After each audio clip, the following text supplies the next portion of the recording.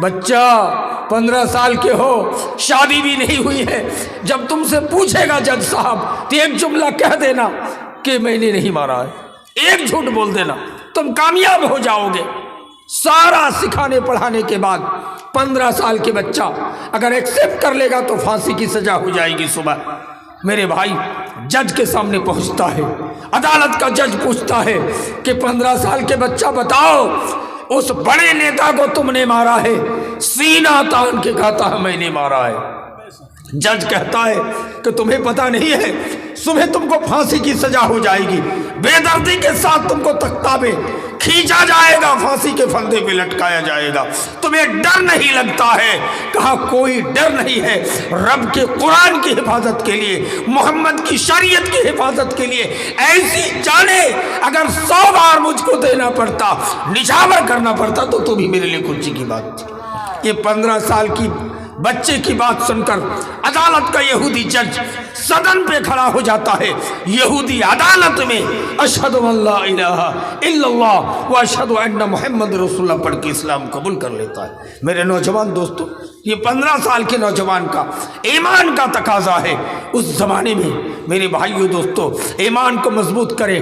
میں آپ کو مشترک باتیں بتانے کی جسارت کر رہا ہوں۔ آج معاشرے میں دلالی کا بازار گرم ہے، تھوڑا دلالی فری میں کر دیتے تو نیکی ہوتی۔ فلانا کی بیٹی کی شادی نہیں ہو رہی ہے، بیچ میں ہم نے دلالی کر کے شادی کرا دیا، پیسہ نہیں مانگا، یہ الگ بات ہے۔ لڑکی کا باپ یا لڑکی کا باپ ہم کو خوشی سے ایک لنگی دے دیا، کرتا پاجامہ کا کپڑا دے دیا تو گناہ نہیں ہے، لیکن ہم نے 10,000 فکس کر دیا دلالی فیس، غلط۔ بیل بیچوا دیا، ہاٹ میں، مویشی بازار میں، کھڑیا بازار میں ہم نے دلالی کی، پیسہ لیا، برباد ہو گئے۔ نبی کائنات صلی اللہ علیہ وسلم کا ایک شادی گرامی ہے، لا يدخل الجنت سمسار، دلال جنت میں نہیں جائے گا۔ ہم یہ کام بھی کرتے ہیں۔ نبی کائنات نے فرمایا من قطع منار الارض، جس نے زمین کی آری کو کاٹا، چاہے گرمادان روپنے کے بہانے سے ہو، مکھانا روپنے کے بہانے سے ہو، وہ ہماری امت میں سے نہیں ہے۔ قطع کا لفظ ہے۔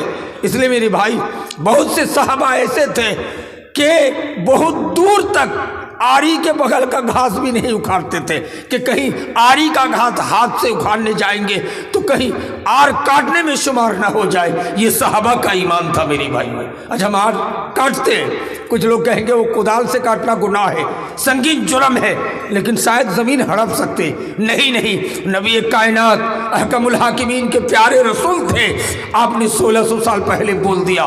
سنن ابی داؤد کی حدیث ہے صحیح سند کے ساتھ، آپ نے فرمایا من تغیر منار الارض، جس نے زمین کی آری کو مٹایا، زمین کو دبانے کی کوشش کی، وہ ہماری امت میں سے نہیں۔ ایک حدیث ہے کہ ان کو پوری زمین کو توق بنا کے قیامت کے میدان پہ ان کے گلے پہ رکھ دیا جائے گا۔ میرے بھائی، دلالی نہ کرے، سود خوری نہ کرے، بےمانی نہ کرے، شراب خوری نہ کرے، شراب نوشی نہ کرے، ان چیزوں سے بچنے کی کوشش کیجیے میرے بھائی۔ اب یاد جانیں، آج سیکریٹری صاحب بدل رہے ہیں، مدرسہ اصلاح المسلمین کا کمیٹی بدل رہی ہے۔ میرے بھائی، بدلا جا سکتا ہے، اگر بدلنے کی بات آئی ہے تو جو بدل کے چلے گئے ان کو ناراض اندر سے بھی نہیں ہونا چاہیے۔ اللہ کے رسول کی حدیث ہے کہ جن کو قوم کا سیکریٹری، قوم کا سردار، قوم کا مکھیا بنایا گیا، فقط ذبح بغیر سکین، بغیر چاقو کے ذبح کیا گیا ہو، قیامت کے دن حساب دیتے دیتے حالت خراب ہے۔ صحیح بخاری کی حدیث کہ نبی نے خواب میں دیکھا کہ میں جنت چلا گیا ہوں، اور نبی کی خواب شریعت ہوتی ہے۔ کہا جنت میں ابو بکر صدیق آ گئے، جنت میں عمر آ گئے، جنت میں علی آ گئے، عثمان نظر نہیں آ رہے ہیں۔ کہتے کافی دیر کے بعد امیر المومنین عثمان آئے تو عثمان کا کپڑا پسینے سے بھیگا ہوا تھا۔ کہا امیر المومنین کیوں بھیگے ہو؟ کہنے لگے اللہ کے رسول، اللہ کے دربار میں حساب دیتے دیتے حالت خراب ہو گئی۔ جب عثمان غنی کا یہ حال ہے تو ہما شما کا کیا حال ہوگا میرے بھائی؟ نبی کی حدیث کو سب بھلا دیے۔ نبی نے کہا کہ ایک چیز کی خیانت کرو گے تو جنت نہیں پاؤ گے۔ دلیل، بحرین کا گورنر ہے، ایک انگوٹھی نبی کو کہے بغیر، چندے کا پیسے کا انگوٹھی تھا، چندے میں انگوٹھی ملا تھا، رکھ لیے تھے، قبر میں نبی دفن کر کے آئے۔ کون؟ نبی۔ ایک ہفتے کے بعد جبریل امین آئے، کہا کہ اللہ کے رسول آپ کے ساتھی بحرین کے گورنر کی قبر میں عذاب دیا جا رہا ہے۔ نبی پریشان تھے کہ کون گناہ کر لیا اس نے؟ کہا کوئی گناہ نہیں کیا ہے۔ سارے صحابہ نے کہا بڑے نیک تھے، تہجد گزار تھے۔ نبی نے اماں عائشہ رضی اللہ تعالی عنہا نبی کی بیوی ہے، ہم سب مومنوں کی روحانی ماں ہے، اماں عائشہ کو بھیجا، گئی ان کے گھر میں گورنر کی بیوی زندہ تھی۔ کہا کیا گناہ کیا؟ کہ میرا شوہر سب نیکی کا کام کرتے تھے۔ کیا گناہ کیا گیا؟ کہا کچھ تو سمجھ میں آتا نہیں، لیکن ایک انگوٹھی چندے میں کافی انگوٹھیاں ملی تھی، اس میں ایک نبی کو کہے بغیر معمولی سمجھ کے اپنی انگلی میں لگا لیے تھے۔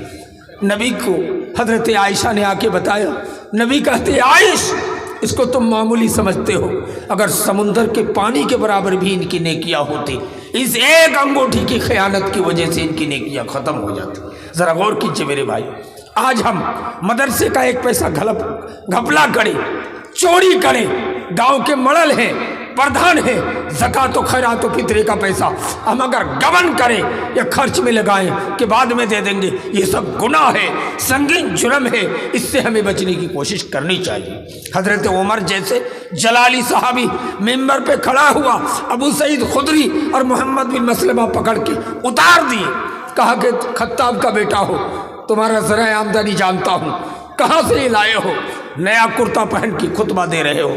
حضرت عبداللہ نے بیان دیا کہ سب کو بیت المال سے ایک ایک چادر حصے میں ملی تھی، ایک چادر مجھے، ایک میرے باپ کو، دونوں کو اکٹھا کر کے یہ شیروانی بنا دیا ہوں، یہ چوگا بنا دیا ہوں، جائز ہے تو میرا باپ ممبر پہ چڑھے گا۔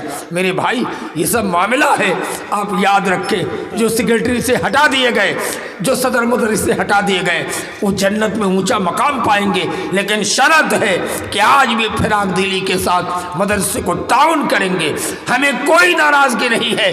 کل ہم تھے، آج ہمارے چچا ہیں، آج ہمارے چچا ہیں، کل ہمارے پوتے بنیں گے، کوئی بھی بنے گا جو امانت داری کے ساتھ چلائے گا اس کو چلانے دی